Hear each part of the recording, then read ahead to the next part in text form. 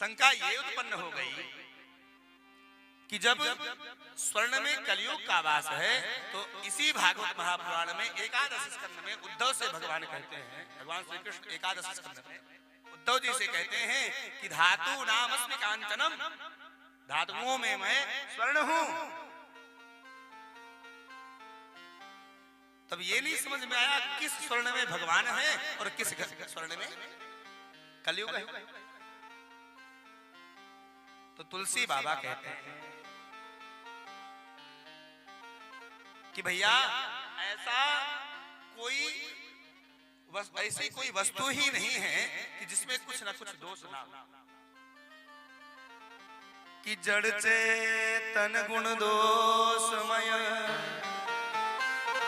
विश्व कीन करता। विश्व में ऐसी कोई वस्तु ही नहीं है कि जहां दोष ना हो। भले ही आप धर्म से पैसा ला रहे हैं, परंतु जहां से नोट आ रही है क्या पता वो बूचड़ खाने से होकर के आई हो, क्या पता वो मदिरालय से आई हो, तो कुछ ना कुछ अंश तो चिपका ही रहेगा। बोलो राधे राधे। तो जब उसमें दोष है तो फिर कलयुग का वास हो जाएगा। तो क्या करें? तो बड़ा सुंदर भाव दिया तुलसीदास बाबा ने कि भैया जैसे आप घर में भोजन बनाते हो, है ना?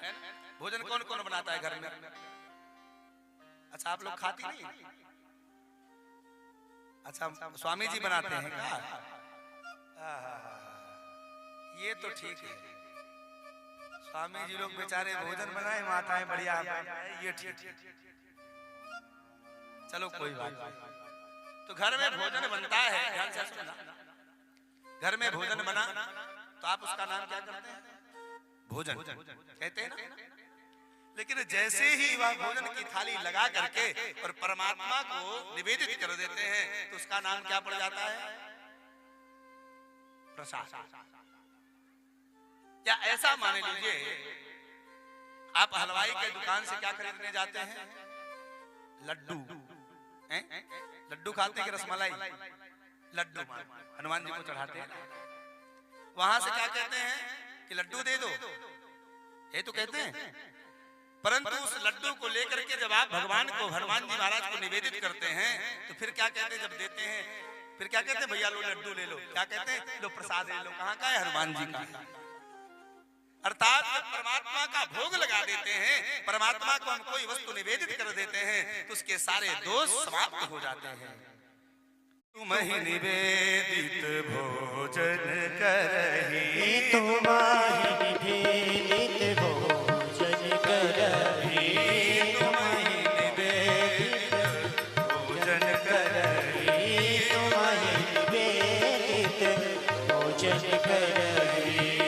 प्रभु प्रसाद पटभूषण धरही, प्रभु प्रसाद पटभूषण धरही, प्रभु प्रसाद पटभूषण धरही, प्रभु प्रसाद पटभूषण धरही, प्रभु प्रसाद पटभूषण धरही, प्रभु प्रसाद पटभूषण धरही, प्रभु प्रसाद पटभूषण धरही।